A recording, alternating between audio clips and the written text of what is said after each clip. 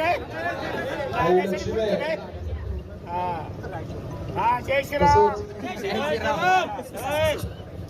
आपल्या दुसरा आराध्य दैवत कोळेकरजी महाराजजी या ठिकाणी सांगोला तालुका विकास आघाडी अरे मला मोकळा सोड की सांगोला तालुका विकास आघाडी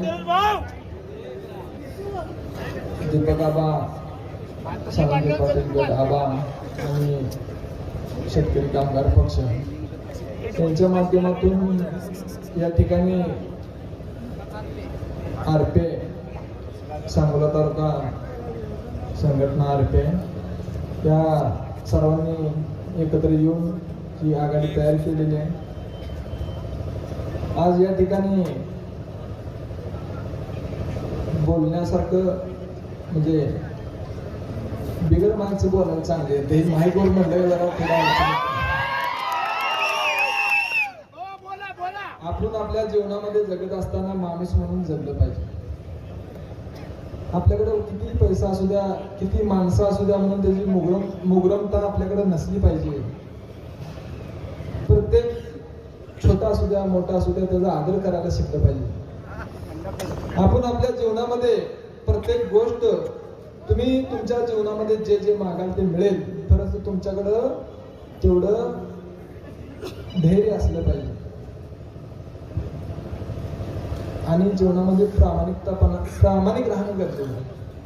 कुणी काय म्हणतंय त्याच्यावर न लक्ष देता तुम्ही तुमच्या जीवनाशी तुमच्या कामाशी तुम्ही प्रामाणिक राहिला तर तुमच्या जीवनात कुठलीही कमतरता येणार नाही. आज विकासावरती बोलायचं झालं तर साहेब बोलते, कारण मी या क्षेत्रामध्ये आताच चाललोय. 100% तुम्हाला मी माझ्या जीवनात प्रत्येक गोष्ट विकासाचीच बोलणार, कारण मी मगाशी सांगितलं की पाचीगावात राहून आम्ही 10 रुपयाने भांगरायला गेलो होतो आणि पाचीगावात पुन्हा सांगलीला गेलो. आता त्यांना भांगला लावायचं आपल्याला कोणाला भांगलायसाठी किंवा कोणाला काय नाही, आपल्याला काहीतरी वेगळं करायचं म्हणून आपण या क्षेत्रामध्ये चाललोय. साहेबांच्या मार्गदर्शन आबाच्या मार्गदर्शनासाठी आपण कवाही जीवनामध्ये ओरडून नाही जायचं असतं. माझ्याकडे काहीतरी वेगळं आलं आणि मी वेगळं काहीतरी करेन असं जर असेल तर ते लगेच संपून जातं. म्हणून माणसाजवळ ती ताकद असली पाहिजे. पहिले माणूस म्हणून जगता आलं पाहिजे. पहिले आज या ठिकाणी बोलत असताना प्रत्येक गोष्ट विकासाची बोलतात सगळेजण. आज आपण आपल्या येणाऱ्या काळामध्ये विकास तर 100% करायचा. विकास करण्यासाठीच हे सगळं चालू. आज सामाजिक कार्य करत असताना मी 10-15 वर्ष झालं सामाजिक कार्य करत आलो.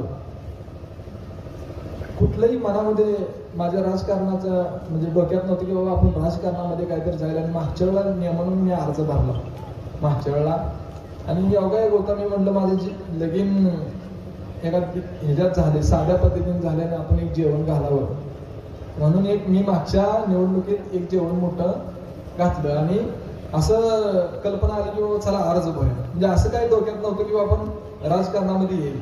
आणि आमचे मित्र एक दोघं चौघ होते, भाऊ ह्यावेळेला आपण असं केलं तर आपण एक अर्जच भरूया. अशा पद्धतीने ही वाटचाल चालू झाली आणि तरी पण काही राजकारणाचं डोक्यात नव्हतं. परंतु येणाऱ्या काळामध्ये आपण व्यवसाय करत असताना अनेक व्यवसाय केले. मी वैरणीचा केला, कोंबड्याचा केला. तुम्हाला नक्की आहे ही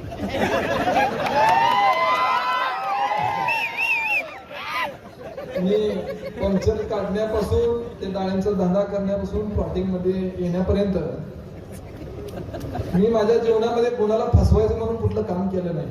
आणि एक माणूस सांगा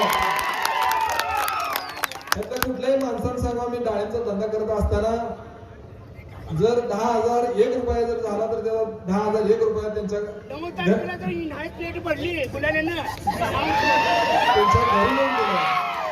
मी केव्हा फसवले का कुणी बी सांगा. एका माणसानं बाबा किरण भाऊनं मला असं म्हणला होता आणि मला फसवले. एका माणसानं हात वर करून सांगाव तुम्ही जे म्हणेल त्या हे तसं करतो. जाऊ दे ना मग. खऱ्या अर्थानं आज येणाऱ्या काळामध्ये ही कल्पना का सुचली सांगतो तुम्हाला. साहेबांसंग काम करत असताना दीपक आबासाहेबांची माझा संपर्क बऱ्याच वेळेला आला. मी कोणाचं तर काम असलं काय अडचण आली तरी मी आबासनी बोलवायचो. तिथं प्लॉटवर सुद्धा आबा 2-3 वेळा येऊन गेले. ही कल्पना अशामुळे सुचली, एक एवढा मोठा सर्जन झालेला साहेब, आमदार साहेब, एवढं मोठं त्यांचं डिग्री झाल्या, शिक्षण झालंय. आज एवढी मोठी डिग्री असताना समाजसेवा का करू वाटली हो त्यांना? माणसांना निष्ठावंत माणूस पाहिजे. समाजसेवा ह्यासाठी करावी वाटते की जीवनामध्ये प्रत्येक गोष्ट मिळत असते, परंतु लोकांचं असलेलं प्रेम हे फक्त आणि फक्त राजकारणातच मिळतं.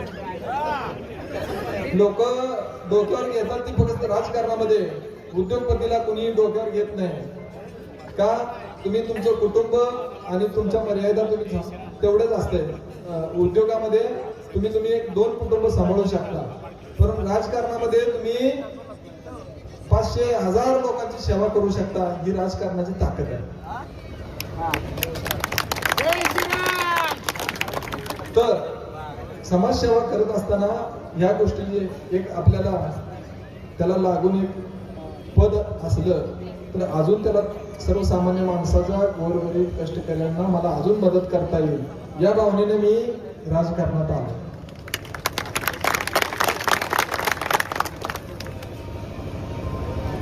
आज एवढं मोठं पब्लिक, एवढं मोठं जनसमुदाय आलाय. खऱ्या अर्थानं म्हणजे शेतकरी कामगार पक्षावरती प्रेम करणारे, आबावरती प्रेम करणारी माणसं आहेत. असली ती असली, नकली ती असली.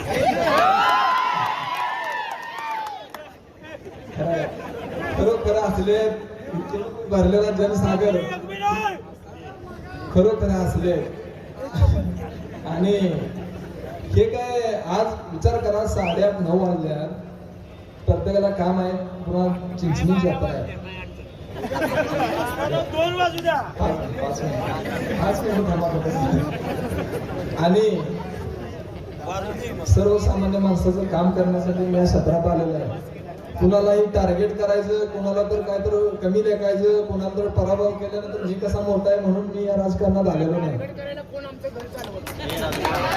प्रत्येक माणसाचं मन आदर राखून आपण हे राजकारण करावे असते. माझा दृष्टिकोन. मला कोणाला नाव ठेवायची नाही.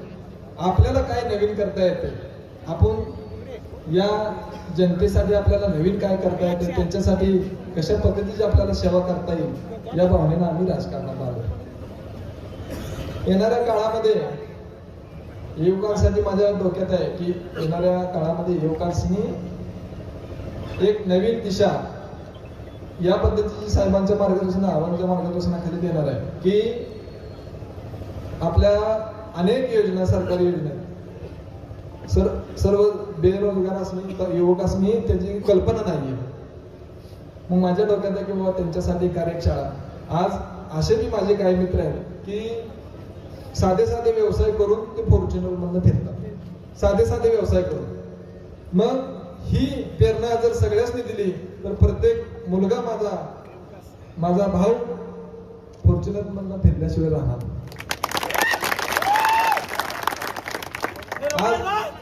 आज आपल्या जीवनामध्ये एखादी कार्य करत असताना एखादी गोष्ट आपण चांगली केली तर त्याचा आदर्श लोक घेतात. तुम्ही एखादी गोष्ट वाईट घेतली तर ते तुमच्या पावलावर पाऊल ठेवून तशाच मार्गाने जातात. तर आपण जे काय करणार आहे, लोकांचा बघण्याचा दृष्टिकोन तुमच्याकडं त्या हिशोबाचा असतो, त्या हिशोबाने तुम्ही वागला पाहिजे. आणि वागला पाहिजे म्हणजे काय की एखादी गोष्ट करत असताना जर चुकीची केली तर ते तुम्हाला सुद्धा कवा कळत नसते चुकीचे झाले का बरोबर झाले. परंतु ते कशी बरोबर आहे ते कवा कळतं ज्या वेळेला तुमच्या प्रतिक्रिया लोकांच्या येतात. तेव्हा 10 लोकांच्या प्रतिक्रिया बरोबर असल्या, 2 लोकांच्या, तर ते 10 लोकांच्या बरोबर आल्यानंतर म्हणायचे हे बरोबर आहे. म्हणून जीवनामध्ये काम करत असताना कवाही उरळून जायचं नाही. सर्व युवकांना माझी विनंती आहे शांतपणे जे जे काय करायचं ते शांतपणे करा. तुमचा झेंडा लागल्याशिवाय राहा.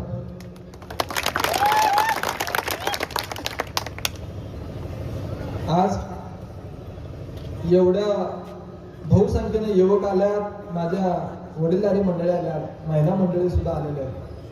आज गेले 10-15 दिवस झालं प्रत्येक घरातला युवक पायाला भिंगरी बांधून मी माझ्या परीने काहीतरी करणार म्हणून भाऊसाठी किंवा पक्षासाठी किंवा आबाच्या ह्याच्यासाठी प्रत्येक युवक घरोघरी फिरतोय आणि प्रत्येक घरोघरी जाऊन आपलं पॉम्पलेट लावतोय की बाबा नारळाच्या पुढचंच आपल्याला बटन ह्यावेळेला दाबायला लागते.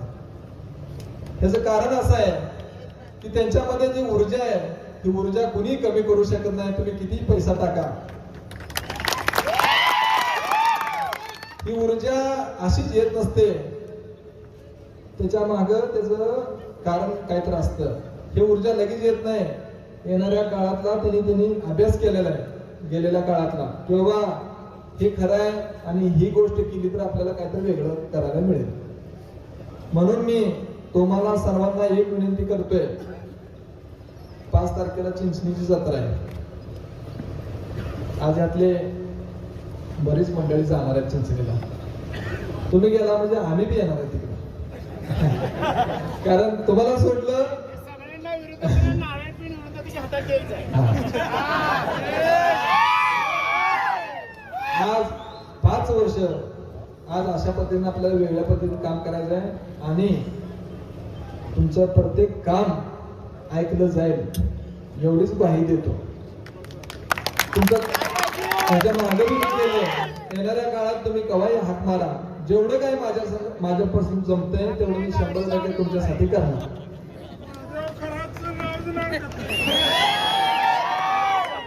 खऱ्या अर्थानं या मंचावरती बसलेले सर्व ज्येष्ठ मंडळी व माझे मार्गदर्शक तसेच तुम्ही खाली बसलेला तेच तेवढ्याच तोलामोलाचे आहात. तर मी तुम्हाला सर्वांना विनंती करेन की आपण 7 तारखेला सर्वांनी मिळून छायाताई सोपान कोळेकर कोळा गणातून आणि हकीत गणातून स्वर्गीय नारायणदादा पाटील यांचे चिरंजीव अमृत भाऊ पाटील या दोघांबद्दल सांगायला गेलं तर तेही त्याचे समोर आहेत. कुठल्या एखाद्याचं चुकीचं झालं तर त्याला चूक म्हणता आली पाहिजे. ते मग सख्खा भाऊ जरी असला तर हे बाबा तो चुकीचं करतोय आणि असं करणं चुकीचं आहे, त्याला कवाही पाठीशी घालायचं नाही. ही अशा स्वभावाची माणसं आहेत सर्वजण. तर सर्वांना आम्हाला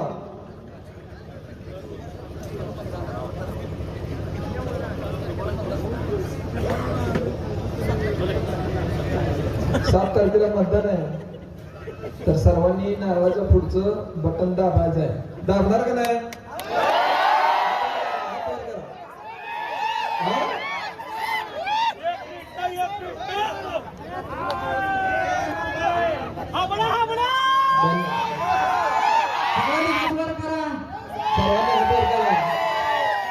सांगोला विकास आघाडीचा,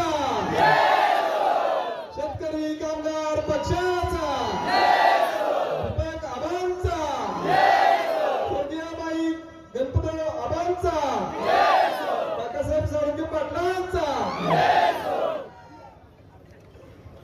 आरपीआयचे आठवले साहेबांचं बी या ठिकाणी खऱ्या अर्थानं आपल्याला पाठिंबा आहे आणि त्यांनी या ठिकाणी जाहीर करणार आहेत. त्या दिवशीच झालाय जाहीर. पण साहेब काय थोडंफार एक मिनिट झालं असतं तर त्याला माफ करा. धन्यवाद.